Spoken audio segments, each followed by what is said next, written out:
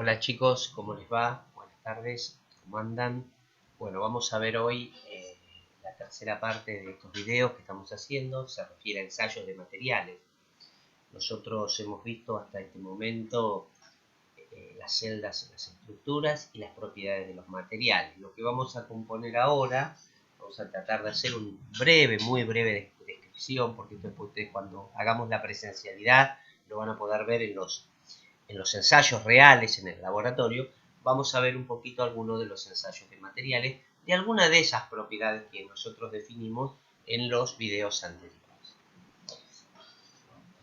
Los ensayos mecánicos más importantes, por ahí, y más usuales que nosotros conocemos, son el ensayo de dureza, el ensayo de tracción, el ensayo de tenacidad, el ensayo de fatiga y el ensayo de creep, el cual no lo mencionamos mucho, pero es interesante verlo porque hoy hay una línea de desarrollo de materiales en investigación, que son los aceros de alto cromo, que justamente se diferencia por su alta prestación en el creep. Vamos a arrancar con el ensayo de dureza, que es quizás uno de los ensayos más comunes. Hay básicamente 4 métodos de medición de la dureza. Está el método Brinell, que es un método muy antiguo, con una esfera de acero, de carburo de tungsteno. Ustedes pueden ver que se medía la impronta y se medía el diámetro de la esfera, el diámetro de la impronta. Esa D chiquitita es el diámetro de la impronta y la D grande o mayúscula es el diámetro de la esfera.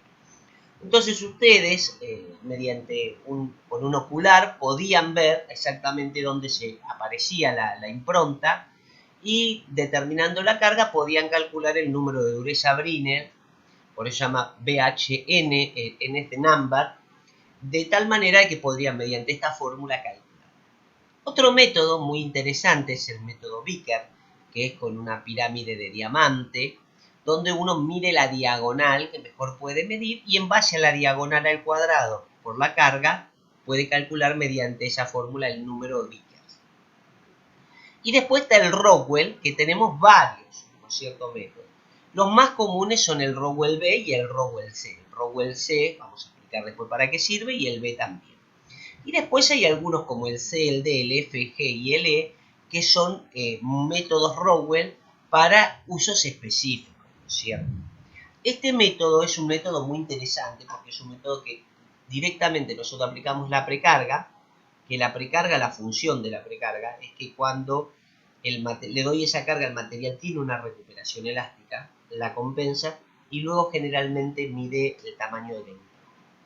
Y luego van a ver, que eso es lo que ustedes van a ver, que es la microdureza NUC, que es un método muy parecido. Pero nosotros vamos a ver, en la facultad tenemos un micrómetro de 300 gramos de dureza Vickers, Vickers 03. Interesante también para medir segundas fases, ¿sí? Y otros aspectos. Acá podemos ver las escalas de Rockwell, que es quizás la más usual por el tipo de aparato, ¿no es cierto? El aparato nos devuelve el número directamente sin hacer ningún tipo de cálculo, como tenemos que hacer en el Vickers o en el Brinell, donde hay una fórmula que ustedes pueden ver ahí, que BHN o el B corta HN, donde yo hago un cálculo. Bueno, acá en el Rockwell no hace falta, simplemente yo bajo la precarga, que es de 10 kilos, y luego le doy la carga de 150 y digamos, el indicador me devuelve un número. Y ese es el número que tomo como referencia. El Rockwell C, como lo pueden ver, aplica aceros duros con dureza superada a los 100 Rockwell B. Y luego tenemos el Rockwell B, que es también para aceros al carbono y básicamente para no ferrosos. Pero fíjense que tenemos, por ejemplo, el A para aceros nitrurados y cementados, para carburos metálicos, el 15N, que es una dureza superficial, es decir, para aceros nitrurados, porque la nitruración está en el orden de las centésimas, como la cementación está en el orden de las décimas. Entonces, cuando nosotros hablamos de centésimas o de décimas, si nosotros hiciéramos una perforación muy grande, entonces básicamente lo que sucedería es que perforaríamos la capa dura y estaríamos midiendo el material de abajo, ¿no es cierto? Porque si uno lo quisiera explicar, digamos, en una en una práctica, digamos, muy correcta, yo diría que este es el material, la capa es por acá. Si la aplicación de la cosa es muy fuerte, yo estoy midiendo la dureza en el material y no estoy midiendo la dureza en la superficie. Entonces utilizo 15N o 30N, donde aseguro que la penetración sea en la zona nitrurada o en la zona cementada y pueda medir ahí. Bien, dicho esto, también tengo Rowell F, por ejemplo, para bronce recocido, o 15T, 30T y 45T, que son generalmente mediciones superficiales, cuando yo tengo fleje. Porque si el fleje es muy finito y la impronta es muy grande, termina deformándose y no logro medir la dureza. Esta es una interesante tablita que permite de alguna manera identificar. Cuando ustedes tengan que hacer el trabajo práctico, tendrán que explicar estas cosas. Bien, acá hay alguna imagen comparativa de los penetradores. Esto va a indicar en qué tipo de superficie. Fíjense que la impronta de la dureza de un 30N, por ejemplo, de Rowell 30N y de Rowell C es muy pequeña frente a la impronta que pone una dureza Brinell, que es la semiesfera. Esa superficie, esa porción de la esfera que impronta sobre el material, es muy útil en aquellos materiales donde yo necesito medir un área de superficie porque tienen distintos componentes, hay varias fases, típico de las fundiciones grises. Entonces acá vemos, por ejemplo, ¿cuándo uso Brinell? Bueno, Brinell lo uso si no tengo otra cosa, lo puedo usar para los aceros, lo puedo usar para los no ferrosos, pero generalmente lo uso en materiales compuestos o materiales donde necesito un área más grande de impronta de medición que la haga más representativa. Caso de la fundición. La Vickers la puedo usar para los materiales desconocidos o a veces en investigación, cuando quiero más sensibilidad. El método Vickers tiene bastante más sensibilidad. Rowell B y Rowell C, el C para los aceros, el B para los no ferrosos, y lo que tiene el Rowell, que es un método muy fácil. Y después sus distintas variables, ¿no? Sus variables superficiales y sus variables de aceros muy duros, ¿no? Como el A, como el F, como el G. Esta tabla solamente lo que hace es comparar ciertos valores. Nosotros podemos decir que 60 Rowell C son 81 Rowell A y son 697 Vickers. Si yo avanzo acá, puedo decir acá en una zona, digamos, de 26, 30 Rowell C, por ejemplo, estoy hablando que son, bueno, vamos a hacer una zona acá, 23 Rowell C son 100 Rowell B. Es decir, que en esa zona estoy en la zona límite de donde paso a usar Rowell A, Rowell B. Sin embargo, yo puedo tener un Brinell ahí, una dureza Brinell de 247 Brinell o 240. Es interesante ver esto, ¿no? Es interesante. Bueno, vamos a explicar ahora el ensayo de tracción. El ensayo de tracción es un ensayo donde yo tomo una probeta de este tipo que está indicada ahí, la agarro con dos mordazas y la tracciono bajo fuerza que el movimiento de las mordazas es infinitamente. Y suelo colocar dos tensómetros que miden la deformación plástica. ¿Para qué? Bueno, para tratar de entender este concepto, ¿no es cierto? ¿Sí? De la deformación.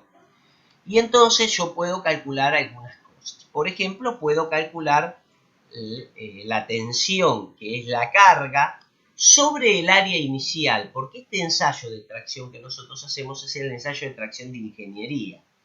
Es decir, un ensayo donde consideramos que la longitud inicial es la misma y el área inicial es la misma.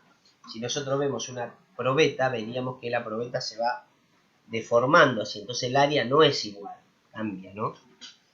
Pero podemos decir que sigma es carga sobre área y que la deformación plástica es la longitud final menos la longitud inicial sobre la longitud inicial, es decir, es delta L sobre LC. Y nosotros de alguna manera podemos calcular una cosa que nos interesa, que es la proporcionalidad entre sigma y epsilon, que es lo que nosotros denominamos el módulo de elasticidad, o que sería la tangente del ángulo phi.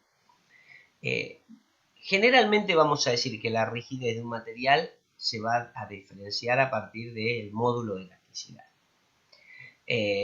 y el porcentaje de alargamiento va a ser la longitud final menos la longitud inicial sobre la longitud inicial, y va a dar una idea, esto, de la capacidad de deformación plástica que tiene el material. Mientras que sigma me da la resistencia mecánica a la tracción, dentro del periodo elástico y dentro del periodo plástico. Generalmente yo la mayoría de las piezas las calculo dentro del periodo elástico, desde el punto de vista mecánico. Y entonces podemos decir que A es el límite de proporcionalidad elástico, B es el límite de elasticidad práctico, C podemos decir que es el límite de comienzo de la fluencia, D es el límite final de fluencia, ¿sí? Y finalmente comienza la fluencia donde es la carga máxima y F es la rotura de la fluencia. ¿Qué valores me interesan acá?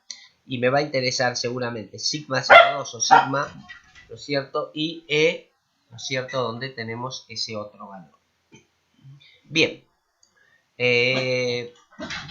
Podemos esperar acá. ¿Sí? Voy a retar al perro. Yoda, vení acá. Bien. Ahí podemos ver un poquito. Si ustedes ven acá, podemos ver acá, por ejemplo, que tenemos distintos aceros, ¿no es cierto? Fíjense que cada uno tiene un determinado límite de proporcionalidad. Y no en todos lados se ve esta zona de fluencia, de oscilación, donde comienza el periodo de fluencia, está claramente marcado. Entonces, en ese caso se utiliza un concepto de sigma 0,2, que después se lo vamos a explicar cuando veamos los ensayos. Pero fíjense, para bastantes aceros y para distintos materiales, las curvas de comportamiento de la resistencia mecánica estática. Otro aspecto que podemos medir, otro ensayo que se puede mirar, es el ensayo de Charpy, que lo que da es una energía de consumo de energía para cargas dinámicas, es decir, un ensayo que me permite determinar la tenacidad de los materiales. Este ensayo, en esta escala, por ejemplo, si está con las dos partes ancladas, se denomina Charpy, y está su versión con la probeta volátil que se llama ISO. Estos métodos, tanto ISO como Charpy, me permiten de alguna manera identificar la energía absorbida, ¿sí? Mediante un proceso de cargas dinámicas. ¿Está bien? Bien. Después tenemos el ensayo de fatiga, que el ensayo de fatiga fue concebido por Wöhler, y lo que hacemos es una probeza lisa entallada, la que sea, y lo que hacemos es someterlo a la flexotorsión, que es el caso más común de un eje. El caso de un eje es a la flexión rotativa, porque está flexionado por el peso del material y por las cargas rotativas. La fatiga es un proceso que lo vamos a ver después, pero es para cargas cíclicas. Generalmente lo que se determina acá es un límite de fatiga, ¿no es cierto?, donde el valor donde la curva hace esta zona así, pero cuando baja acá se estabiliza, este valor de S, nosotros lo vamos a denominar como límite de fatiga, es decir, el valor para el cual el material resiste más de 10 a la 6 ciclos, es decir, más de 1.000.000 de ciclos. ¿Sí? Bien. Y ahí tenemos, por ejemplo, que los aceros presentan un límite de fatiga, que es fatiga límite, y los materiales no ferrosos no lo presentan. Por otro lado tenemos el ensayo de Cribb, que es una carga constante. Cuando yo someto a un determinado material a un valor menor al de deformación plástica, a una temperatura. Entonces se produce una deformación y ese proceso se denomina fluencia lenta, y el ensayo es este, ¿no es cierto? Tienen ahí algunos comentarios interesantes para ver. Bueno, la idea era un poquito mostrarles cuáles eran los ensayos con los que vamos a trabajar.